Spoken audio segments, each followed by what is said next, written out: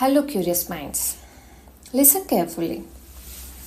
This tiny candle flame may look simple, but it's actually fighting to stay alive. Right now, the flame is breathing. Yes, breathing. Just like us. Fire also needs oxygen from the air to survive. Now, watch this carefully. The moment we place a glass over the candle, something invisible begins to happen. At first, the flame still burns normally. Why? Because there's still some oxygen trapped inside the glass. But slowly, the flame starts getting weaker, smaller, dimmer, quieter. It's using up remaining oxygen little by little. And unlike outside air, no fresh oxygen can enter through the glass. The flame is now trapped inside a tiny invisible prison. As the oxygen level keeps dropping, the fire struggles to survive.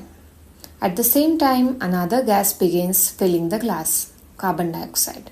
And carbon dioxide cannot keep fire alive. So, inside the glass, oxygen decreases and carbon dioxide increases.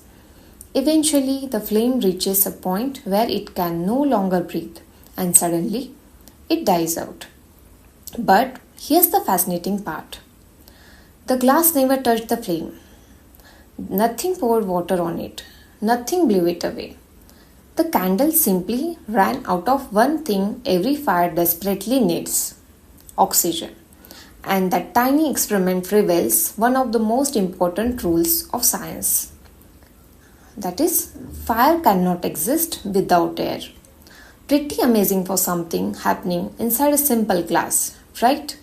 Science isn't always hidden inside giant laboratories. Sometimes it's glowing quietly in a tiny candle flame. Thanks for watching Brainy Pops. Don't forget to like, subscribe, and keep your curiosity popping.